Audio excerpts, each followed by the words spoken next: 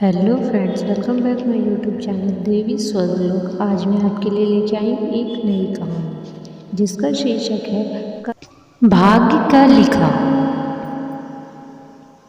राजकुमारी एक दिन अपनी सहेलियों के साथ शिकार पर चली गई। राजा को इस बात का बिल्कुल भी पता नहीं था।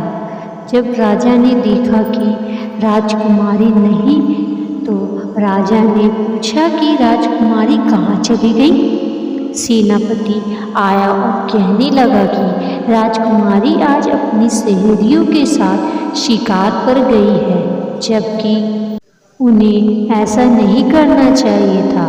राजा को जब ये बात पता चली तो उन्होंने सिपाहियों को भेजा राजकुमारी को वापस लाने के लिए। राजकुमारी अपने शिकार में इतनी मगन हो चुकी थी, उन्हें यह भी नजर नहीं आ रहा था कि वहाँ पर एक साधु महाराज जी तपस्या कर रहे हैं। साधु महाराज जी को शिकार समझकर राजकुमारी ने तीर चला दिया और साधु महाराज जी को तीर लग गया। अब राजकुमारी साधु महाराज जी के पास गई और उन्होंने देखा कि साधु जी के तीर लग गया है। उन्होंने माफ़ी मांगनी चाही। साधु महाराज जी ने कहा कि अब तुम्हें इस बात की सज़ा मिलेगी। मैं यहाँ पर तपस्या कर रहा था, तुमने मेरी तरफ ध्यान नहीं दिया और मुझे तीर लग गया। राजकुमारी ने बहुत बार विनती की, लेकिन साधु महाराज जी उन्हें क्षमा नहीं कर रहे थे। साधु महाराज जी ने अपने मंत्रों को राजकुमारी पर जल से जैसे ही फेंका तो राजकुमारी गिलहरी के रूप में आ गई। राजकुमारी गिलहरी बन चुकी थी और साधु महाराज जी मरने को तैयार ही थे। सेनापति आ गए। सेनापति ने बहुत क्षमा याचना की और कहा कि राजकुमारी को माफ़ कर दीजिए। सेनापति ने कहा कि राजा को बहुत दुख होगा। साधु महाराज जी ने कहा कि ठीक है, मैं तुम्हारी विनती सुन लेता हूँ। तुम्हें एक काम करना होगा। उस पहाड़ी पर एक ऐसा फूल होता है जिसको जाकर तुम राजकुमारी को खिला दोगे तो वह वैसे ही जैसे रूप में आ जाएगी और उसके साथ साथ दुनिया से चलेंगे। सेनापति भागते हुए राजा के पास गए, पूरी बात राजा को बताई।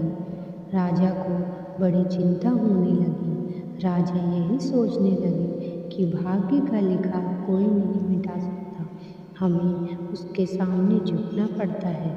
और वह उस पहाड़ी पर अपने सैनिकों को भेजा जिससे उस फूल को प्राप्त कर सके, लेकिन कोई भी सैनिक वहाँ से वापस नहीं आया। राजा को कुछ भी समझ में नहीं आ रहा है। जितने भी आदमी वह फूल को लाने के लिए भेजता था, कोई वापस नहीं आ रहा था। राजा को बड़ी चिंता होने लगी क्योंकि वहाँ से कोई भी आदमी वापस नहीं आ रहा है। इस तरह तो कभी भी राजकुमारी ठीक नहीं हो पाएगी। तभी गांव से एक आदमी राजा के पास आया और कहने लगा कि अगर मैं आपकी राजकुमारी को ठीक कर दूं तो आप मुझे अपने राज्य में कोई नौकरी दे दोगे। राजा ने कहा कि अगर तुम यह काम करते हो तो मैं तुम्हें भी सेनापति बना दूंगा। आदमी बहुत गरीब था और समस्या से गुजर रहा था। वह जंगल में गया। उसने बहुत सारी परेशानियां उठाई के बाद वह फूल लेकर वापस आ गया और राजकुमारी को खिला दिया, जिससे राजकुमारी ठीक हो गई।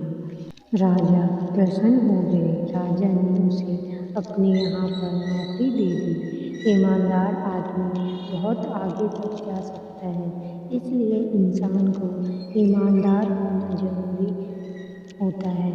राजा को यह बात पता थी, इसलिए राजा ने राजकुमारी का विवाह उसके साथ कर दिया। हमें अपने जीवन में ईमानदारी के साथ सभी काम करना चाहिए। हमारी ईमानदारी एक दिन में हमें कामयाबी तक पहुंचा देती है। अगर आपको यह कहानी अच्छी लगी तो मेरे चैनल को सब्सक्राइब करें और ऐसी ही कहानी सुनने के लिए अगर आपको मेरी कहानी पसंद आई तो लाइक, शेयर, कमेंट करें और ऐसी ही कहानी सुनने के लिए मेरे चैनल को सब्सक्राइब करें।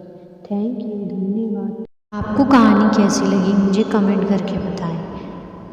ऐसी ही और कहानी सुनने के लिए मेरे चैनल को सब्सक्राइब करें और बेल आइकन घंटी दबाएं ताकि मेरी अगली नई कहानी का नोटिफिकेशन आपके पास सबसे पहले पहुंचे।